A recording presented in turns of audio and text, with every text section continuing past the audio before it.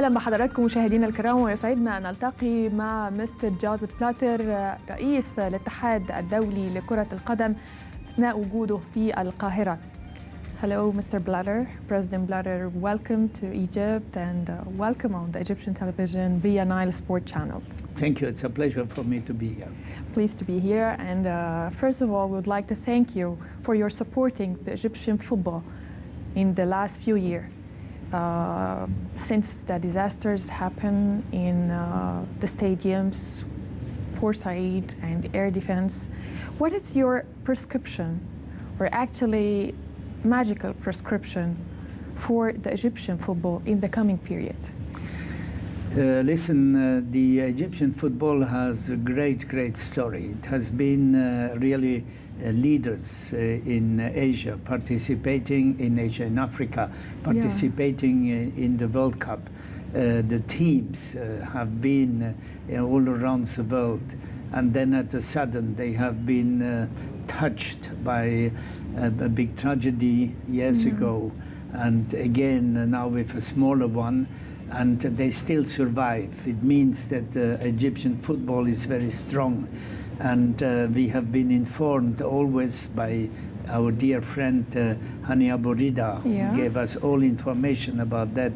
And I'm so happy that after the last incidents, or it's a tragedy, that they restarted to play football, because football is stronger than all the villain which is in the world. Football is connecting people, and football is giving emotion and hope. So I am sure that the future of the football, and I spoke with the new president, Mr. Gamal, that the future is good, and I'm sure that the national team will come out and will be again one of the leading teams and the youth competitions. I believe that. How did you see the absence of the Egyptian national team 3 consecutive times after being the title holder, on the other hand, for 3 times as well? That's a pity, but you know, first of all, they have been in the past years some problems inside the football. You have just mentioned it. Yeah. And secondly, the other national associations, they are not sleeping.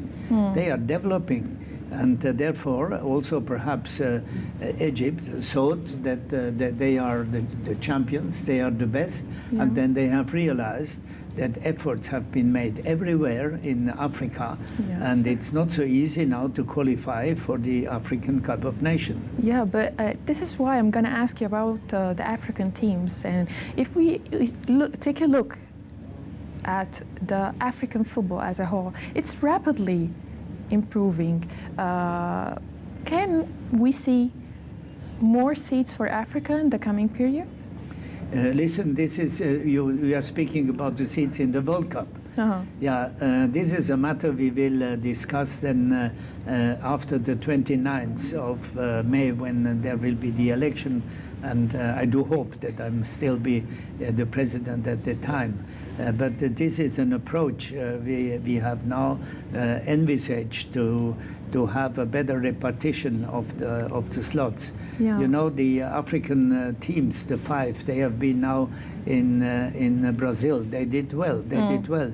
2 of them, they went to the 8th of final. And don't forget, Algeria was up to eliminate the World Cup, the winner. So African football is strong, but I cannot make any promises now. But if we talk about rotation system, if FIFA going to keep this system in the coming period, can we see the World Cup again in Africa as we see it before? You know, I spoke today with Dr. Damiani Zuma, the president of the African Union Commission, and she said also we should have another World Cup, not only the 2010. 2026 is open also for Africa. So I invite African nations to come. I invite the national associations or countries in Africa to go for 2026. This will be the next opportunity, because in 18 we are playing in Russia, and in 22 we are in Qatar.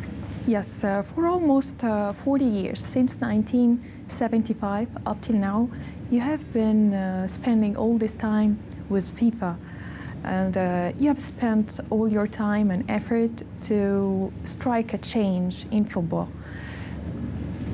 If I'm gonna ask you, how did you change football from being just a game to be a huge business and investment? I like your question because the game is the same. It's only it is now more sophisticated. The game is now the rhythm of the game is higher. The players are better. The game is the same. But football, in the same time, became an economic power. Sure. An economic power because there is so much at stake now in football. And this is also coming of the promotion of the game. And the promotion of the game, it was a wedding party we had a certain time. The wedding party with television.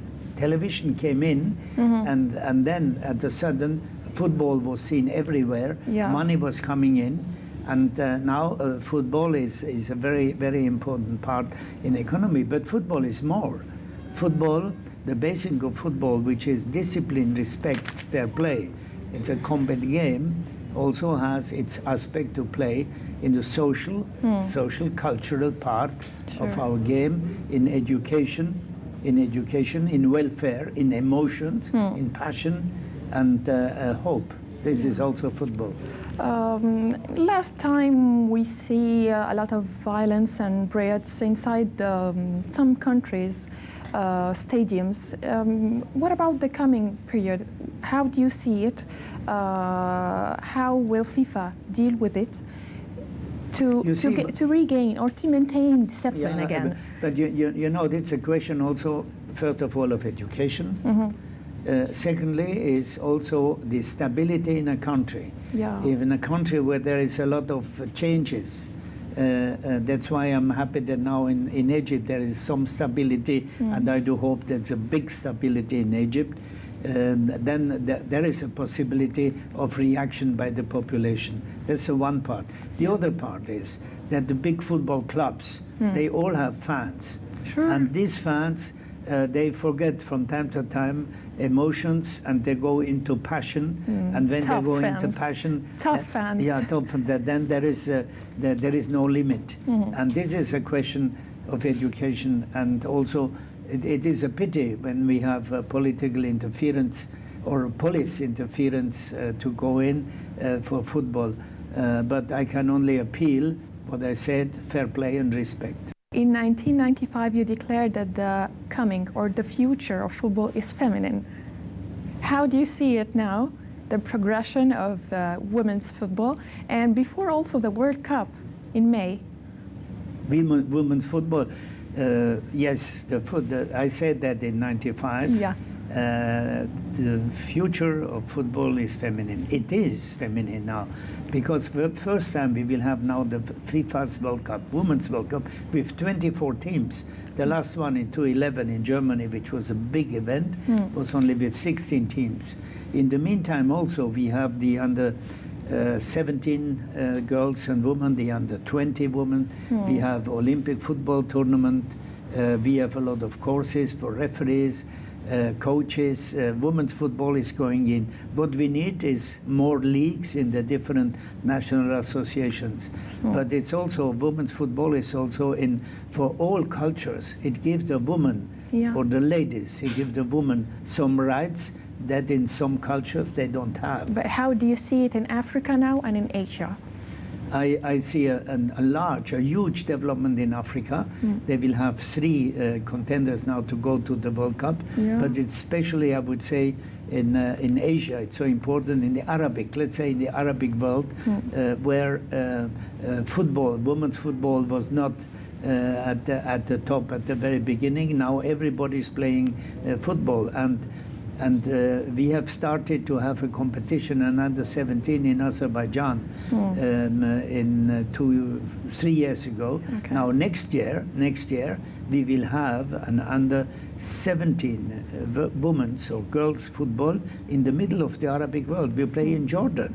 In the Kingdom of Jordan we play women's football. This will be a very strong and important sign that women's football is everywhere, and that is when I say the future is feminine. This will be the confirmation. Women's rights. Yeah, women's rights. Yeah, definitely. If I ask you about the decision about Qatar World Cup, it's decided that it's going to be in winter. That's yes, right? Yes. So we play in winter because it cannot be played in summer. Because the World Cup, you cannot just cool down the whole country. You can cool down stadia, but football is more, or World Cup is more than playing the matches. Football is for the whole population. But how will FIFA deal with European stakeholders? Well, this is a question of solidarity. Yeah. We have just taken the decision, and now there is 7 years to go in. We will have a calendar meeting already next month. In June, we will have for the international calendar to adapt it to the World Cup 2022. There will be some voices that will not be happy, but finally, in solidarity, I'm sure everybody will accept, because where there is a will, there is a way, and if there is the will to change something, because to go to the Arab world to play a World Cup, but this is in Qatar, definitely the case, and then everybody should make also a special and personal effort to go there. President Bladder, thank you for being with us for the Egyptian television via Nile Sport. Thank you. Thank you for this interview. I appreciate it to be in your channel tonight. Pleasure for me. Thank you. Thank you. Thank you.